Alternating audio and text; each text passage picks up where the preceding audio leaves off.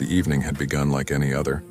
The smell of chicken soup filled the small apartment, mingling with the faint scent of detergent and old wooden furniture. Anna stood by the stove, her hands trembling slightly as she sprinkled salt into the pot. She was careful, measuring every grain like it was a drop of fate.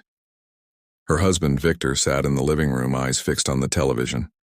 The news droned on, politicians arguing, promises breaking, lives collapsing somewhere far away.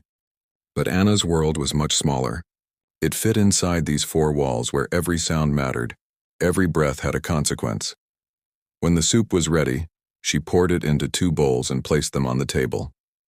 Her hands moved like a machine trained by fear. "Dinner's ready," she whispered. Victor turned off the TV with an annoyed grunt. His heavy footsteps echoed as he approached the table. He sat down, grabbed his spoon, and took 1 sip. His expression froze. Anna's heart stopped.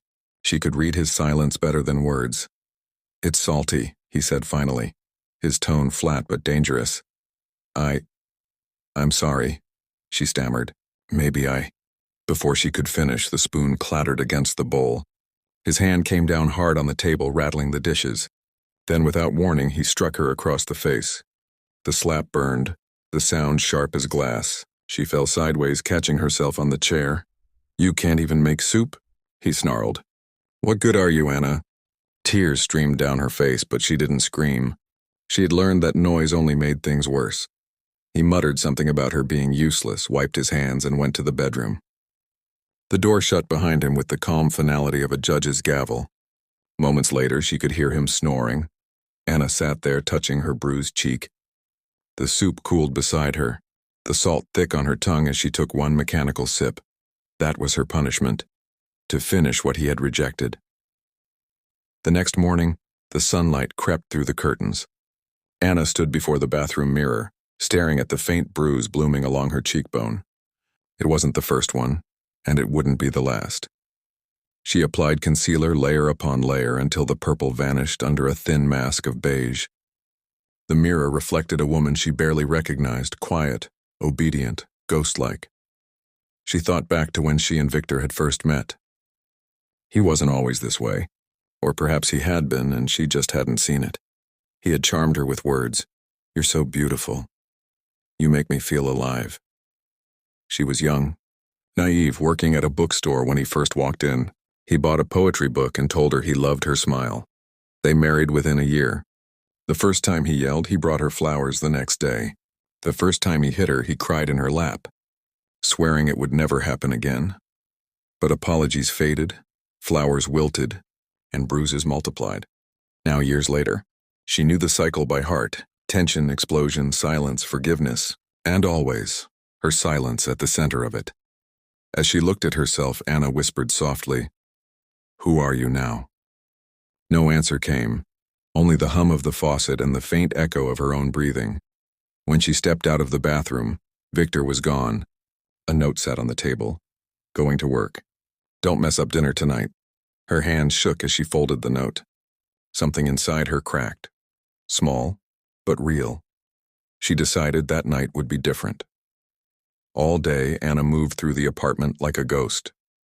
She cleaned, cooked, folded laundry, but her mind was somewhere else, building courage 1 quiet thought at a time. She remembered the neighbor downstairs, Mrs. Petrova, who once said softly, "You don't have to live like this, dear."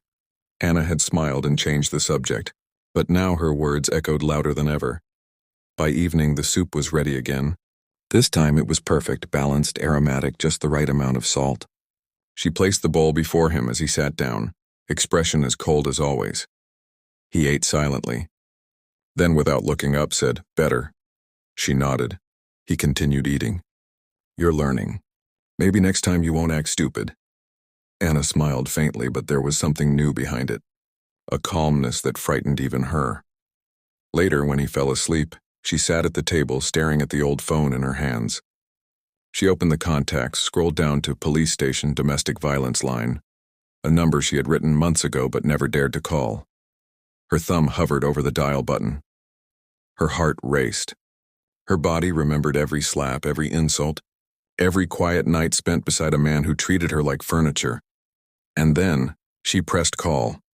Her voice trembled as she whispered, "My name is Anna. My husband hit me. I want to leave." It was the first time she had said it out loud. When the officer's calm voice replied, "You're safe now. We'll help you," she began to cry, not from fear but from relief. For the first time, she felt the faint pulse of freedom. The next morning, the sun rose brighter than usual. Anna was gone from the apartment. The bed beside Victor was empty, cold. He woke up confused, muttering her name. Then he noticed the kitchen table. On it lay a single bowl of soup, cold and untouched, and a note beside it.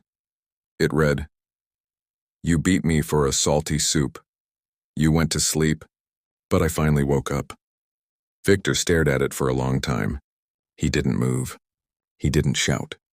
The apartment felt emptier than ever. Meanwhile, Anna sat in a small shelter across town, wrapped in a blanket. A social worker offered her tea. Outside, the city breathed, cars honking, children laughing, people living. For the first time in years, she wasn't afraid of the sound of her own heartbeat. She looked out the window and whispered, "This is what peace feels like." And as the morning light touched her face, Anna smiled. Not the polite smile she used to give Victor, but a real one, fragile and free.